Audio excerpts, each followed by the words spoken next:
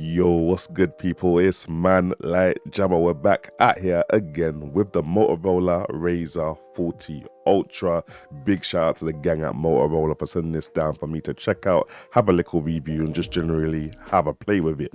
Now, this is going to be a little calm, casual one, fam. Little podcast kind of style review thing. I've had the phone for like, 3 weeks? Let's call it a month now.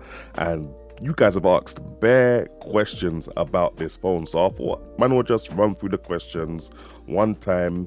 The questions are also in the timestamp, so you can go to the question you want. First question people tend to ask is the red color too girly? And I'm not gonna lie, guys, this ain't red. This is Viva Magenta, cuz. This is flamboyance at its greatest. This is hot pink. This is hot girl summer thing. Fam, you're either about it or you're not about it. See me, yeah? I'm about it. I'm fabulous. You get me? All right, on to the next question. Now, the next thing people are asking about is battery. And whilst the battery is not dead, I'm not completely impressed with it. I feel like it's definitely better than the Z Flip stuff from Samsung.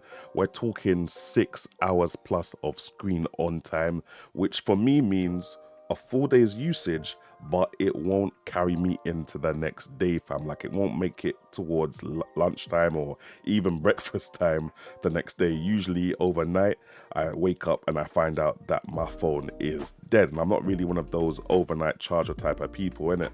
Because I ain't got no chargers near the bedside. So yeah, it's good for a day's work with, you know, all your notifications on, doing to social media, to Reddit, to YouTube, Twitch, watching Netflix, them things there.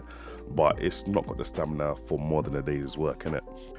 Now, one thing that no one was asking me, but I was asking myself, is can you play games on the external screen? And yes, you can, fam. Oh my days. For some reason, I don't know why, it feels more fun for me to be playing games on the external screen than it does to play them on the internal screen. I don't know why. Maybe it's because it's smaller, maybe it's the same pixels per inch. I don't know. There's no scientific reason for it, but it feels like a little Game Boy for me, fam. Man was playing a little driving game. Man was literally playing anything that was on my phone, and it was all running effortlessly. It's still running off the same Snapdragon 8 Gen Plus 1 that's in the phone. Like, fam, playing games, emulation on this external screen, it's definitely a flex, but most people buying this phone probably won't even care. Another random question people keep asking is, does the front cover screen come with a screen protector? And no, it doesn't. It doesn't come with a screen protector. I ain't got no scratches on mine. Like, I literally chuck mine into my pocket, and so far so good. It's doing its thing. There's no scratches on it. It looks alright. You guys can see in the B-roll anyway.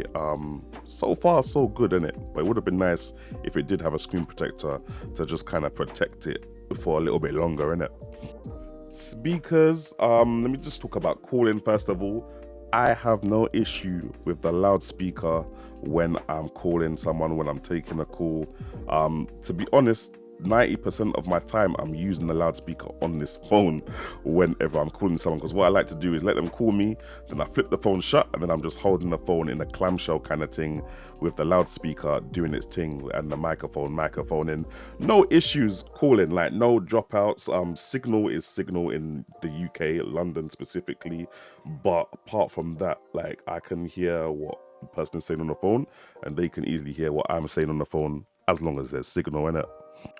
A couple of people are asking, is it possible to answer the phone when it's closed shut? And to be honest, I don't know what you can't do with the phone being shut. Like, you could literally do everything. I did a video the other day which showed what can and can't be done on the cover screen. That cover screen is like literally a mini phone on its own, fam. So yes, you can answer the phone when the thing is shut. Another thing people ask is about the cameras. Now, the front camera goes up to 4K 60, and you get 4K 60 on the rear-facing camera as well. You don't get 4K 60 on the ultra-wide lens. I think it only goes up to 4K 30 kind of thing as well. And also that ultra wide lens, it's not as good quality as the main lens. It's a little bit darker, a little bit grainier, a little bit noisier when it's in low light. If you're in good lighting though, then yeah, feel free to use any camera for video. And as for pictures, it's okay. It's all right. It's about standard for Instagram kind of thing. Nothing crazy going on there. Don't think it's pixels levels for me. Not in low light anyway, fam. In daylight, it's all right. As you can see by some of the pictures here, but when it's low light, it gets a bit sticky. I actually filmed a whole car video on it with my boy the other day. I'll put the link to that in the description section below, where you can watch a whole to see what the video quality is like and thing like that, innit? My favorite feature has got to be the cover display, fam. Like, that'll be anyone's favorite feature that uses this phone. I use the cover display at least 60 to 70% of the time, fam. And then if I need to do something mad or something big, or like there's an app that's not supported, that's when I'll use the internal display.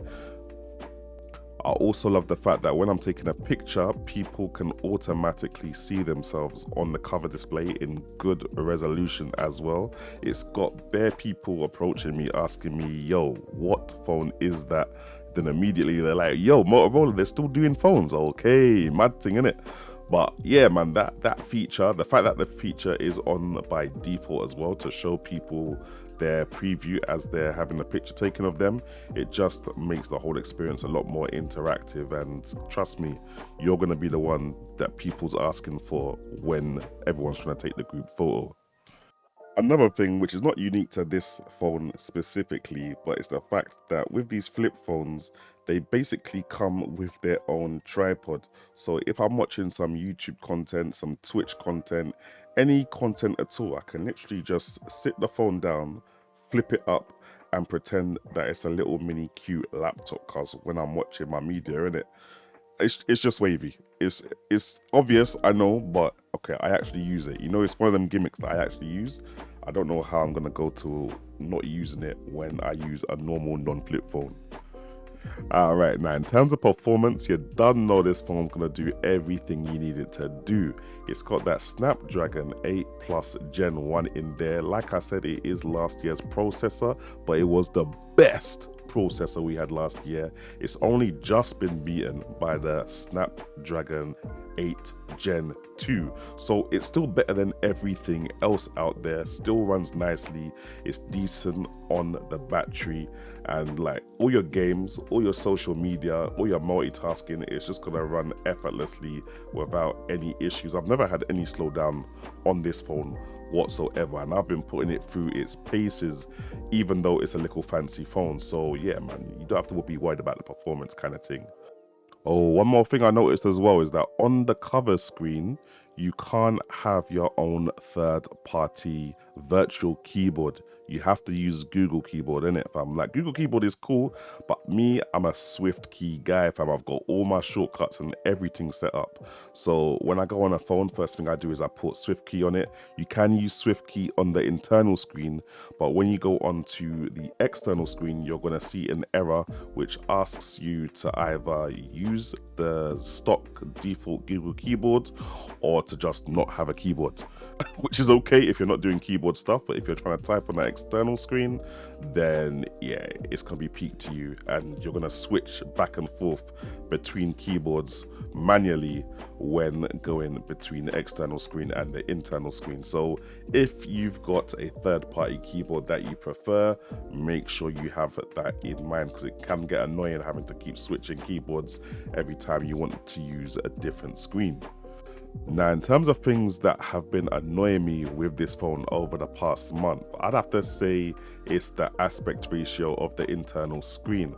Although it looks nice for watching movies, that 21:9 aspect ratio is hella long, fam. Like, it's such a compact phone when you have it folded and you're able to reach everything on that little screen.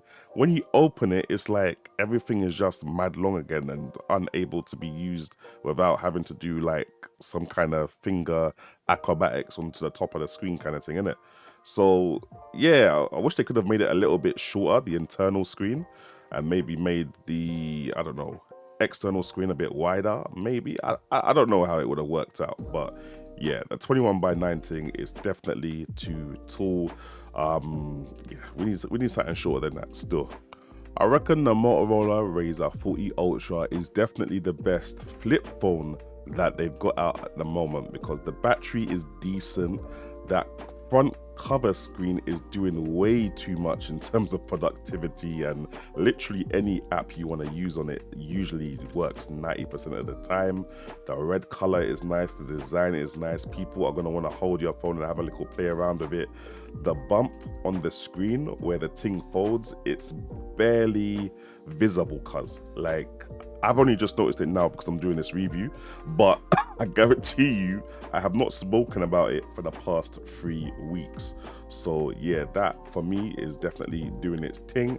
I just wish it could charge a little bit faster. I wish the battery could last a little bit longer into the next day, and I wish the internal screen wasn't so tall. But apart from that, it's definitely a W phone for me. Maybe when it's got a little bit of a discount, I would definitely say have a cop. I do think it's worth the bag, but for me, you know, man likes a little bit of a discount. I would have loved to see 700. At 700, this thing would have been flying off the shelves, you see it?